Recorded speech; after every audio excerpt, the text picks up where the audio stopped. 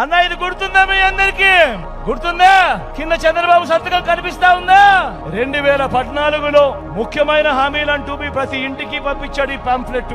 ఇందులో చెప్పినవి ఒక్కటంటే ఒక్కటైనా నెరవేర్చారా అని అడుగుతా ఉన్నాను మీ అందరితో కూడా. ఈసారి మాత్రం 2 చేతులు పైకి లేయాలబ్బా గట్టిగా, ఇలా ఇలా ఇలా ఇలా ఇలా ఇలా ఇలా ఇలా ఇలా ఇలా ఇలా.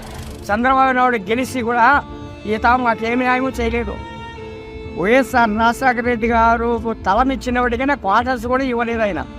చంద్రబాబు నాయుడు ఎన్ని హామీలు ఇచ్చి ఎంత ఒప్పించినప్పటికైనా మేము అతను నమ్మము.